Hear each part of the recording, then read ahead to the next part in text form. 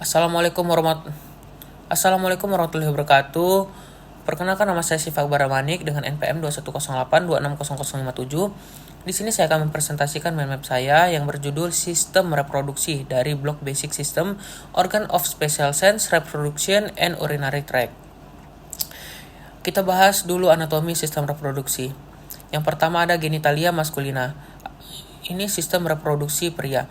Genitalia maskulina terdiri dari organ-organ eksternal dan internal yang berperan dalam proses reproduksi pria. Organ eksternalnya itu dia ada penis dan juga skrotum. Kemudian kalau organ internalnya itu dia ada testis, epididymis, vas deferens, vesicula seminalis, prostat, dan juga kelenjar bulbourethralis. Kemudian yang kedua ada genitalia feminina. Ini sistem reproduksi wanita. Genitalia feminina juga terdiri dari organ-organ eksternal dan internal yang penting dalam proses reproduksi wanita. Organ eksternalnya itu dia ada vulva, klitoris, dan juga labia minora dan mayora. Kemudian kalau organ internalnya itu dia ada vagina, uterus atau rahim, tuba fallopi, dan juga ovarium.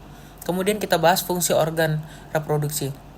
Yang pertama, fungsi organ reproduksi pada pria itu ada testis, ini menghasilkan sperma melalui proses spermatogenesis. Kemudian dia ada epididymis, ini sebagai tempat penyimpanan dan pematangan sperma setelah diproduksi di testis. Kemudian ada dia vas deferens, ini untuk mengangkut sperma dari epididymis menuju uretra selama ejakulasi. Kemudian ada vesicula seminalis, ini untuk menghasilkan cairan seminal yang kaya fruktosa untuk memberi energi pada sperma dan membentuk sebagian besar volume semen. Kemudian ada dia kelenjar bulbourethralis, ini untuk menghasilkan cairan preejakulasi yang melumasi uretra dan menetralkan sisa urin yang asam, mempersiapkan jalan bagi sperma. Kemudian ada juga penis, dia mengantarkan sperma ke dalam saluran reproduksi wanita selama hubungan seksual dan berfungsi juga sebagai saluran untuk keluarnya urin dari tubuh. Kemudian yang kedua itu ada fungsi organ reproduksi pada wanita. Kalau yang pertama ada ovarium, ini untuk menghasilkan sel telur atau ovum melalui proses oogenesis.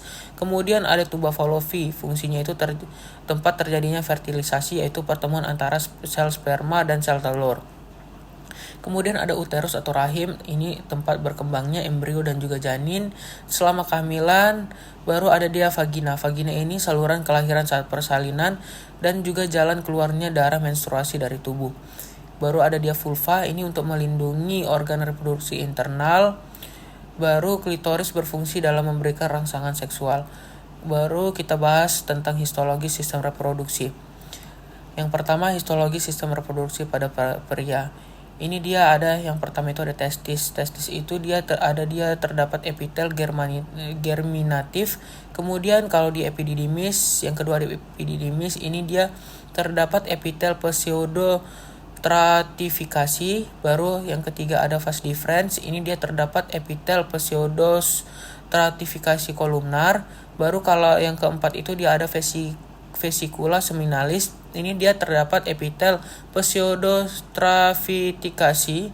Kemudian ada yang kelima itu dia prostat, ini dia terdapat kelenjar tubulo alveolar. Kemudian ada yang keenam dia kelenjar bulbourethralis, ini dia menghasilkan cairan mukoid yang melumasi uretra. Kemudian kemudian kita bahas yang kedua, histologi sistem reproduksi wanita.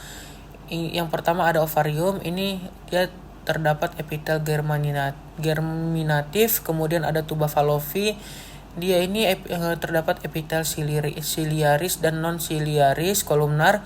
Baru ketiga itu ada dia uterus, ini terdapat endometrium bersama myometrium. Kemudian yang keempat ada vagina, ini dia terdapat epitel squamosa berlapis non-keratinisasi. Kemudian ada yang kelima cervix, ini dia zona transformasi.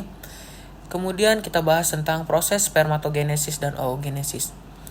Spermatogenesis atau proses pembentukan sperma. Spermatogenesis adalah proses pembentukan dan pematangan sel sperma yang terjadi di dalam testis, khususnya di tubulus seminiferus. Proses ini dibagi menjadi 3 fase utama. Yang pertama itu dia ada fase proliferasi atau mitosis, kemudian ada dia fase meiosis, dan yang terakhir ada dia fase spermiogenesis atau pematangan sperma. Untuk durasinya itu spermatogenesis memerlukan waktu sekitar 64-72 hari pada manusia. Kemudian dia ada oogenesis. Oogenesis ini atau bisa dibilang juga proses pembentukan sel telur.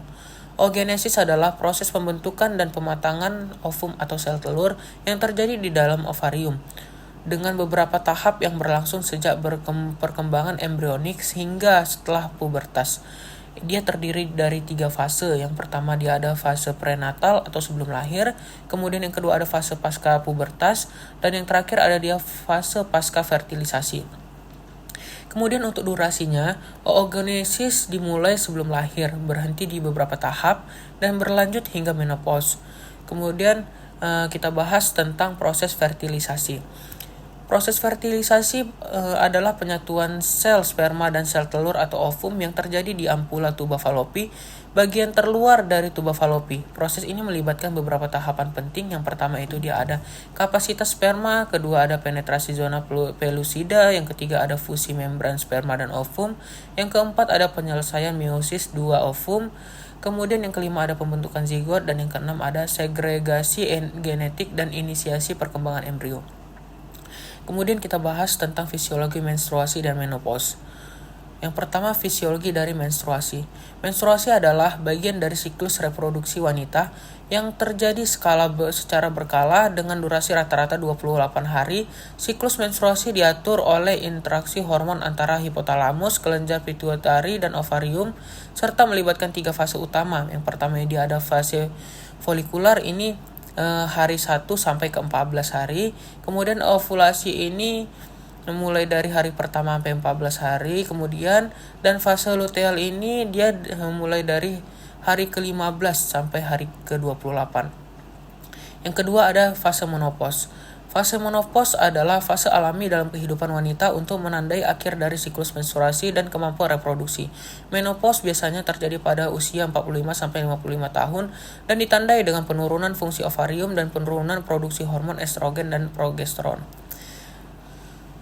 Ini dia ada yang pertama itu perimenopause. Ini dia merupakan periode transisi sebelum menopause yang berlangsung 4-10 hari. Kemudian dia ada yang kedua menopause. Ini ditetapkan setelah seorang wanita tidak mengalami menstruasi selama 12 bulan berturut-turut. Kemudian yang ketiga itu ada pasca menopause. Ini fase setelah menopause di mana gejala-gejala menopause seperti hot flashes dapat berlanjut. Kemudian kita bahas tentang hormon sistem reproduksi.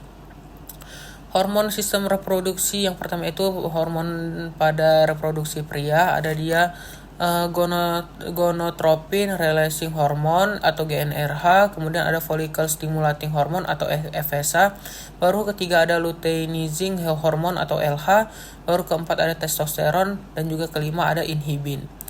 Baru kalau dia hormon dalam sistem reproduksi wanita, dia yang pertama itu ada dia gonadotropin releasing hormone, yang kedua ada follicle stimulating hormone, yang ketiga dia ada luteinizing hormone, yang keempat ada estrogen, yang kelima ada progesteron, dan yang terakhir ada inhibin. Baik, sekian presentasi dari saya. Mohon maaf bila ada kesalahan kata yang saya perbuat. Saya ucapkan sekian dan terima kasih. Wassalamualaikum warahmatullahi wabarakatuh. Untuk referensinya bisa dilihat saya cantumkan di bawah ini ya.